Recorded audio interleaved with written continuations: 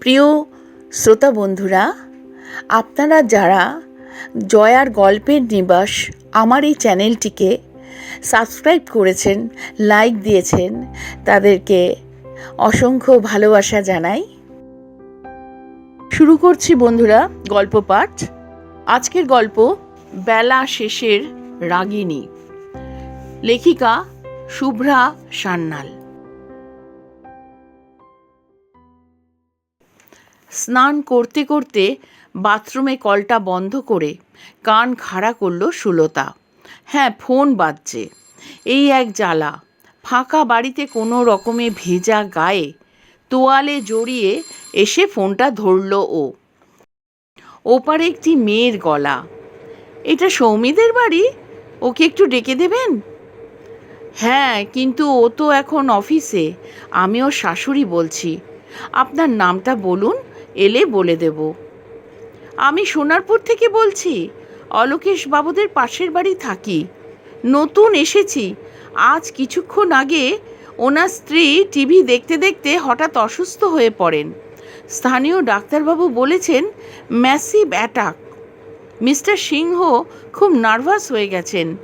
ওনার ফোনটাও হঠাৎ out of order হয়ে গেছে, তাই আমাকে জানাতে বললেন। আপনারা তাড়াতাড়ি চলে আসুন। আচ্ছা, রাখছি। হতভম্ব সুলতা। কিছু বোঝার বা বলার আগেই মেয়েটি ফোন রেখে দিল। ঝর্ণা বেঁচে আছে তো? স্নান মাথায় উঠল। পিকলুর মোবাইলে ফোন করতে গিয়ে উল্টোপাল্টা হয়ে গেল। রং নাম্বার, হাত কাঁপছে। ডায়েরি দেখে ঠিকঠাক ডায়াল করতেই ছেলের সঙ্গে কথা হলো। আকস্মিক খবরটাতে পিকলুও দিশেহারা। কি করব মা? সৌমির সাথে যোগাযোগ করে তোরা চলে যা। টিকলি স্কুল থেকে ফিরলে আমি ওকে নিয়ে যাচ্ছি। আমার একটা জরুরি মিটিং আছে, কি যে করি এখন। কি করবি বল? যেতে তো হবেই। আর হ্যাঁ, কিছু টাকা পয়সার ব্যবস্থা করেই নিয়ে যাস। আমিও হাতে যা আছে নিয়ে যাচ্ছি। কি অবস্থা কিছু তো বোঝা যাচ্ছে না। আচ্ছা, দেখছি। সোনারপুরে গিয়ে দেখা গেল চিকিৎসার কোনো সুযোগ না দিয়ে ঝর্ণা চলে গেছে। সিংহমশাইয়ের সব বিক্রম শেষ। ছেলে মানুষের মতো কাঁদছেন। পিকলু সৌমি স্থানীয় লোকজনদের সাহায্য নিয়ে সব ব্যবস্থা করল। আত্মীয় স্বজনদের খবর দিল। সুলতা সামলেছে বেয়াই মশাইকে আর নাতনিকে। শ্মশান থেকে ফিরতে প্রায় মাঝরাত।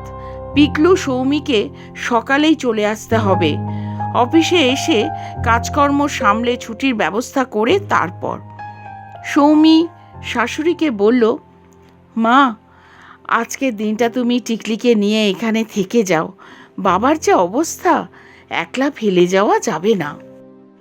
আমিও তো এক কাপড়ে চলে এসেছি। বউয়ের কাতর অনুনয়। একটা দিন মা, আমার মায়ের জামা কাপড় তো আছেই। আমি টিকলির স্কুলে জানিয়ে অফিসের ছুটির ব্যবস্থা করে কালকেই চলে আসব। না না না মা, ছি। সুলতা আঁতকে ওঠে। মানুষটা চোখ বুঝতে না বুঝতেই আমি তার জিনিসে ভাগ বসাবো? লোকে কি বলবে? লোকের কথায় কি যায় আসে মা? ওরা তো শুধু বলার জন্যেই আছে। সমস্যাটা কেউ বুঝবে না সমাধান করবে? নিজের মাসি পিসি কাকিমার উদ্দেশ্যেই সৌমি কথাগুলো বলল। কাল ফোনেই শোক প্রকাশ করেছে। কাকা এসেছিলেন, শরীর ভালো না বলে খানিক পরে চলে গেছেন। খুড়তুতো ভাইয়ের কথায় ছুটির দিন না হলে খুব অসুবিধে হয়। মৃত্যু ঘণ্টা যেন নিজের হাতে।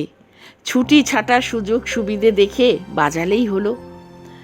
অগত্যা মেনে নিতে হলো সুলতাকে।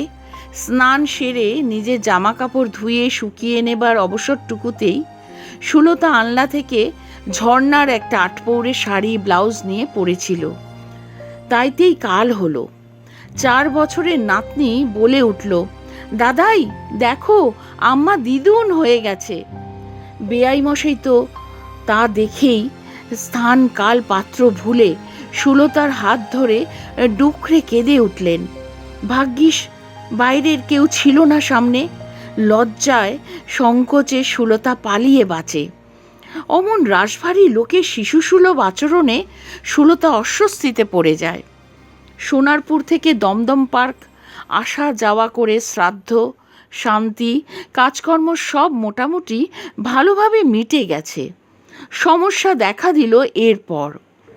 এতদিন তবু নানা লোকজনের আনাগোনা ছিল। এখন ফাঁকা বাড়িতে অলোকেশ সিংহ একা থাকতে পারছেন না। সমানে মেয়েকে বলছেন, তোরা সবাই মিলে এখানে থেকে যা, এত বড় বাড়ি আমার বড় একা একা লাগছে। তা কি করে হবে বাবা? স্কুল, অফিস, কাছারি সব এখানে তুলে নিয়ে আসবো নাকি? তাছাড়া মা আছেন, তিনিও কি ছেলের শ্বশুরবাড়ি থাকতে পারেন? সবই তো বুঝি মা, কিন্তু তোর মার এই হঠাৎ চলে যাওয়াটা আমাকে বড় অসহায় করে দিয়েছে রে। কথা দে, রোজ একবার করে আসবি। বাবা, এত অবুঝ হইও না, আমারও কি কষ্ট হচ্ছে না? একমাত্র সন্তান হবার জ্বালা সৌমি এবার হাড়ে হাড়ে টের পাচ্ছে। মনে মনে ভাবল, সময় সুযোগ বুঝে টিকলিকে একটা ভাই বা বোন এনে দিতে হবে। আগে যে ঠিকে কাজ করত, সেই মলিনাদিকে সুলতা আর সৌমি মিলে বুঝিয়ে সুঝিয়ে 4 গুণ মাইনে বাড়িয়ে সারাদিন থাকতে এবং রান্নাবান্না করে দিতে রাজি করালো। রাতে মলিনাদি বাড়ি চলে যাবে, ওর ছেলে গোপাল এসে শোবে। তাকে আলাদা 200 টাকা করে মাসে দিতে হবে। তাই সই। শাশুড়ি বউ মিলে মলিনাকে ফোন করা ও ধরা শেখালো, যাতে দরকার পড়লেই ও খবর পাঠাতে পারে। কর্মসূত্রে অলোকেশের দীর্ঘ সময় কেটেছে মধ্যপ্রদেশের নানা জায়গায়। আত্মীয় পরিজন সবই কলকাতার আশেপাশে থাকেন। একমাত্র মেয়ের বিয়ে দিয়েছেন কলকাতাতেই। অবসর নিয়ে সোনারপুরের এই বাড়িটা কিনেছেন বছর 4 হলো। বেশ বড় বাড়ি।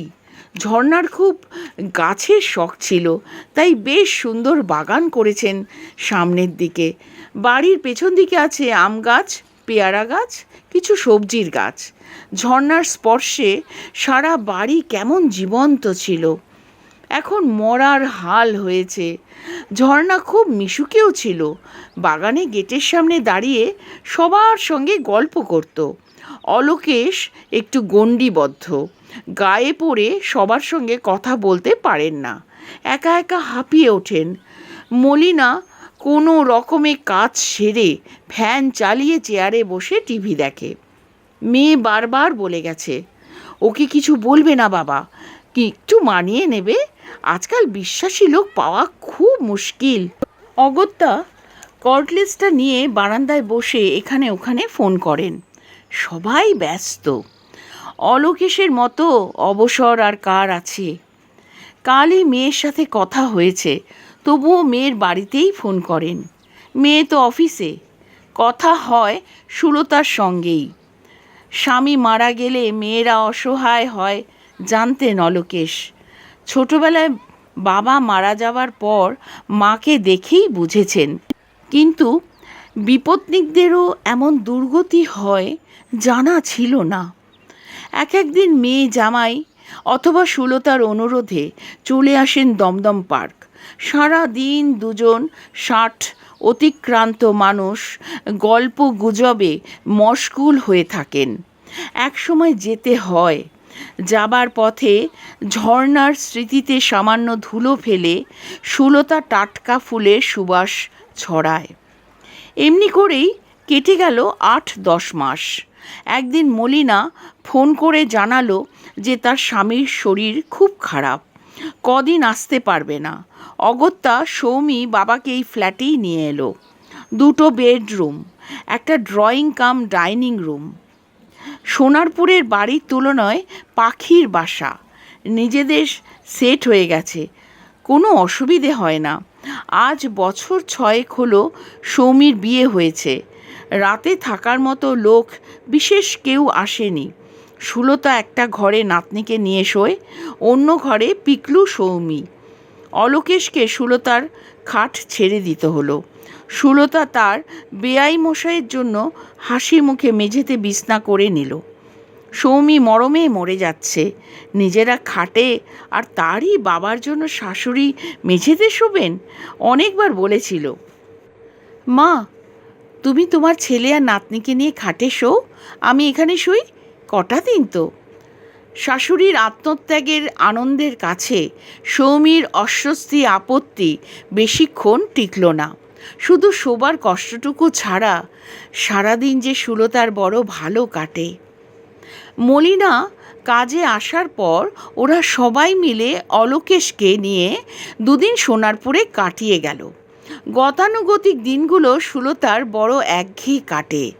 ছেলে বউ অফিসে বেরিয়ে যায়, ওইটুকু নাতনির কত ঘন্টা স্কুল, তারপরেও আবার মিস আসে বাড়িতে পড়াতে।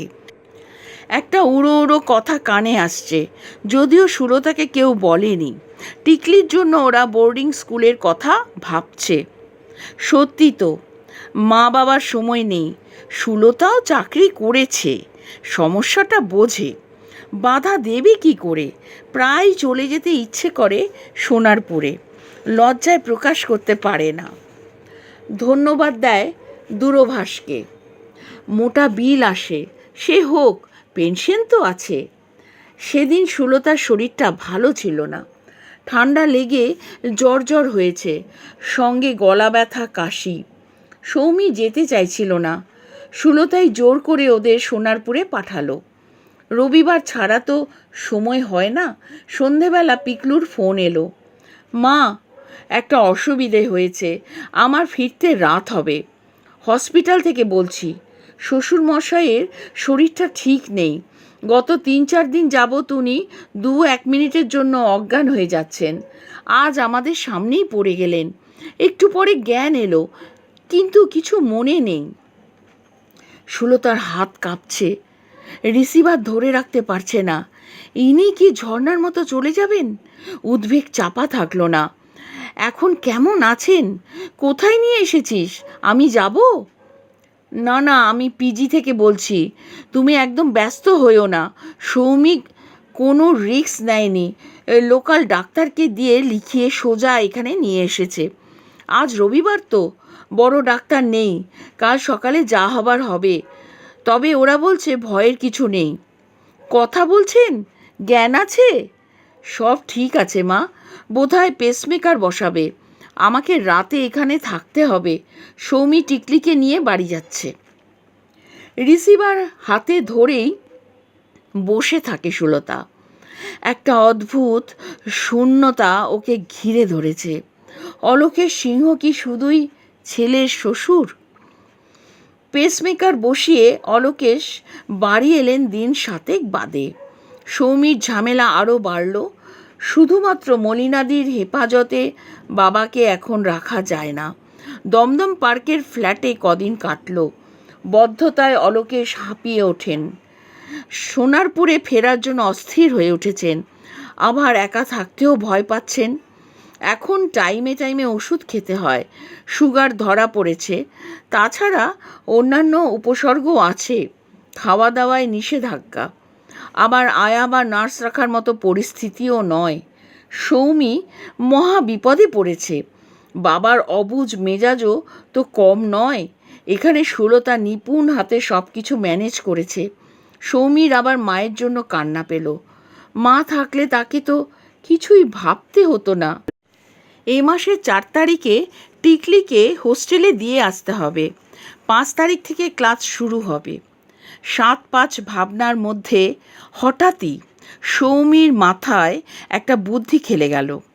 রাতে পিকলুকে বলে, দেখো, মা যদি কটা দিন সোনারপুরে গিয়ে থাকেন, ওখানে তো ঘরের অসুবিধে নেই। মলিনাদি আছে, সব কাজকর্ম করবে। গোপালও তো রাতে থাকে। বাহ বাহ, বেশ সুবিধাবাদী তো তুমি। নিজের বাবার অসুবিধা হবে বলে আমার মাকে পাঠিয়ে দিচ্ছ? না না, আমি সেভাবে বলিনি। দুজনেই বেশ গল্পগুজব করে আনন্দে থাকেন। দেখো মা রাজি হয় কি না। রবিবার খাবার টেবিলে পিকলুই কথাটা তুলল। মা, তুমি কদিনের জন্য সোনারপুর থেকে ঘুরে আসতে পারো। টিকলিটা হোস্টেলে চলে গেল, বাবাও চলে যাবেন। হঠাৎ করে তুমি খুব একা হয়ে যাবে। চমকে ওঠে সুলতা। ধ্যাত, তাই হয় নাকি? ছেলের শ্বশুরবাড়ি থাকাটা কি বিশ্রী, কি লজ্জার! লোকে কি বলবে, আত্মীয় স্বজন কি ভাববে? কে খোঁজ রাখে মা? বাবার অসুখের কথা তো সবাইকে জানিয়েছি, কেউ এলো একবারও দেখতে?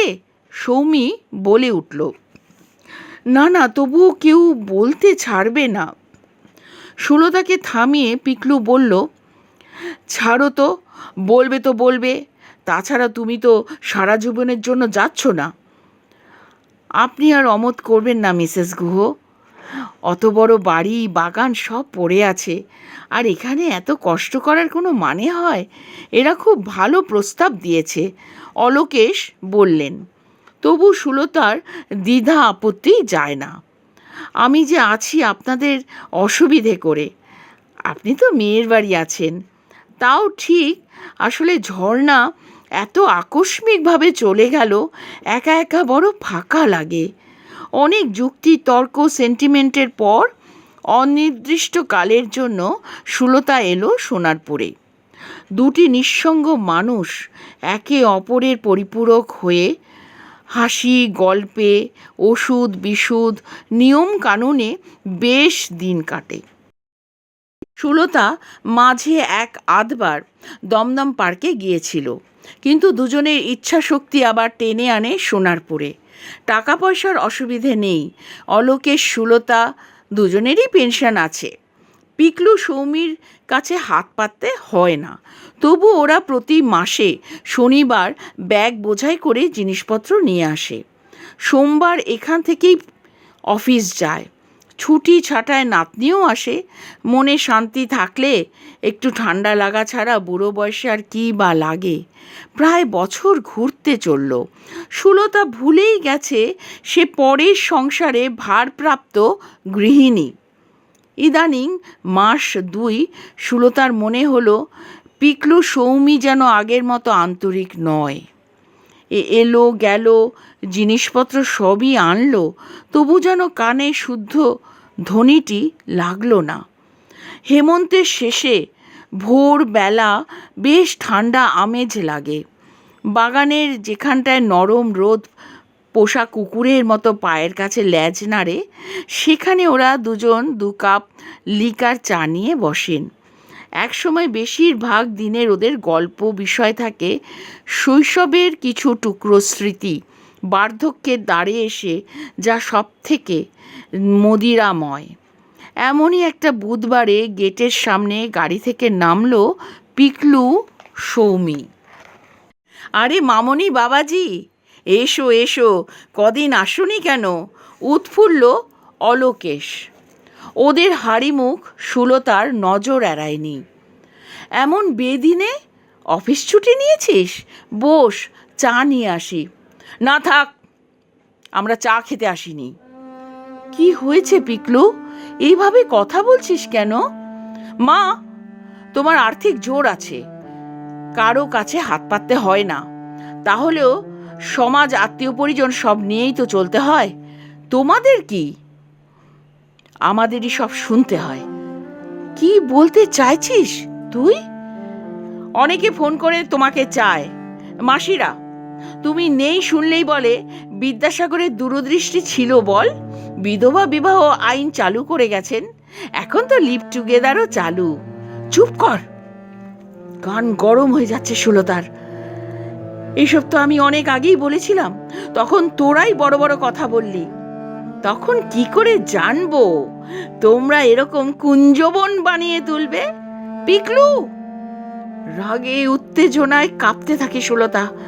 নিজেকে সামলাবার জন্য ঘরে চলে যায়। যেতে যেতে কানে আসে সৌমির গলা। ছি বাবা ছি, মায়ের স্মৃতি এত তাড়াতাড়ি তোমার মন থেকে মুছে গেল? একটু পরে গাড়ি চলে যাবার আওয়াজ পেয়েছিল সুলতা। সারা দিন অলোকেশের মুখোমুখি হতে পারেনি। মলিনা নিজের বুদ্ধিতে কি বুঝেছে কে জানে, ম্যানেজ করে নিয়েছে। বদ্ধ ঘরে সুলতাকে বিদীর্ণ করে বেরিয়ে এলো এক অন্য সুলতা। সত্যি কি ও ঝর্ণার ঘরে সিধেল চোরের মতো ঢোকেনি? ওর কপাল তো তেমন, কোনো দিন কারো সাথে ভাগাভাগি না করে কিছু পায়নি।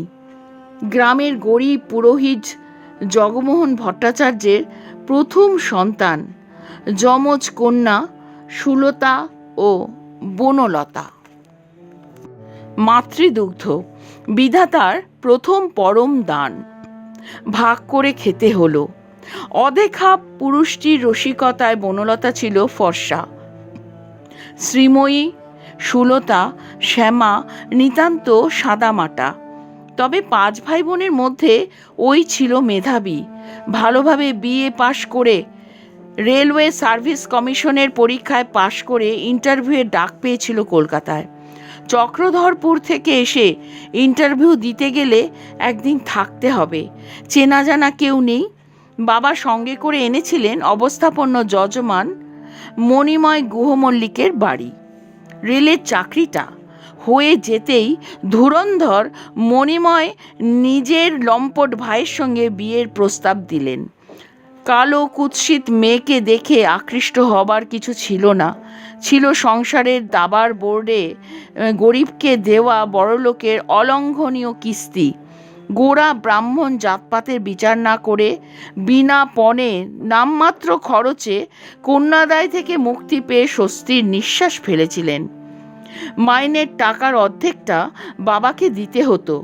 বিয়ের মাসখানেকের মধ্যেই সুলতা বুঝে গিয়েছিল স্বামীর একটি উপপত্নী আছে, তাছাড়া আরও বদ নেশা আছে। প্রেমহীন দাম্পত্যেও পিকলু এসে গেল। শুরু হলো সুলতার কঠিন সংগ্রাম। বাপের ছায়া থেকে সরিয়ে ছেলেকে মানুষ করা, উফ, সেই দুঃসহ দিনগুলো আজও সুলতাকে বিচলিত করে। যাই হোক, সে পেরেছে। শিক্ষিত সুচাকুরে ছেলে আজ তাকে আয়নার সামনে দাঁড় করিয়ে দিয়েছে। শুভময়ের মৃত্যু সুলতাকে স্পর্শ করেনি। শোক গুরুত্ব বুঝেই আসে। যাকে কোনোদিন আপন মনে হয়নি, অপরিহার্য মনে হয়নি, তার থাকা না থাকায় কি আসে যায়। সিঁদুরটুকু মোছা ছাড়া সুলতা বৈধব্যের কোনো বিধি মানেনি। এত বছর ধরে ঝর্ণার ফেলে যাওয়া খেলাঘরে নিজের অজান্তে সুলতা কখন যেন পুতুল খেলতে শুরু করে দিয়েছে। শরীর তো আর কথা বলে না, তাছাড়া প্রয়োজনও হয় না। হায় রে! মিসেস শুভময় গুহমল্লিক কি কোনো দিন মুখর হতে পেরেছিল? এখন শুধু বুভুক্ষ মনটা পিয়াসী পথিকের মতো একটু সঙ্গ চায়। দুটি মানুষের একাকিত্ব দূর করার পথে, শুধু দুটো মনের কথা বলার মাঝখানে বিরাট অন্তরায় হয়ে দাঁড়িয়েছে একটি সামাজিক সম্পর্ক, বৈবাহিকতার সম্পর্ক। চলে যাবে সুলতা, আর থাকা যায় না। না, এখানে না, দমদমে। ঘড়িতে চোখ পড়তেই চমকে উঠল সুলতা। 4:45। অলোকেশকে 3টের ওষুধটা দেয়া হয়নি। ওটা খুব জরুরি। নিয়ম করে সময় মতো খেতে হবে। সারাদিন নাওয়া খাওয়া হয়নি। সুলতার মনেও পড়ল না। তাড়াতাড়ি অলোকেশের ঘরে এলো। অলোকেশ কপালে হাত দিয়ে চোখ বুজে ইজি চেয়ারে শুয়েছিলেন। সুলতা কাছে গিয়ে ডাকতেই উঠে বসলেন। হাত বাড়িয়ে বললেন, যেতে গিয়েও থমকে গেলেন এই ছোট্ট ট্যাবলেটের জন্য? এরপরেও কোথায় যাবেন? যা নিয়ে যাবেন তার থেকে অনেক বেশি যে ফেলে যাবেন। কেন যাবেন? অভিমানে বিধাতার বঞ্চনাকে বড় করে দেখবেন, তার উদার হস্ত অনুভব করবেন না? এ কি হলো সুলতার? অলোকেশের হাতের বাঁধনে তার ওষুধ ধরা হাতটা থরথর করে কাঁপছে। প্রথম স্পর্শে সদ্য উন্মোচিতা কিশোরীর মতো শরীরে মনে যেন বাঁধ ভাঙার তীব্র জলোচ্ছ্বাস। হেমন্তের পরন্ত বিকেলে স্তিমিত সূর্যলোকে অলোকেশকে মনে হচ্ছিল বহু যুগের ওপার হতে আসা একান্ত আপনজন।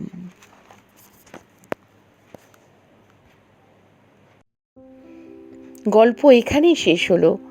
প্রিয় পাঠক বন্ধুরা, আমার গল্প পাঠ ভালো লেগে থাকলে লাইক এবং সাবস্ক্রাইব করে দেবেন। ভালো থাকবেন আপনারা। নমস্কার।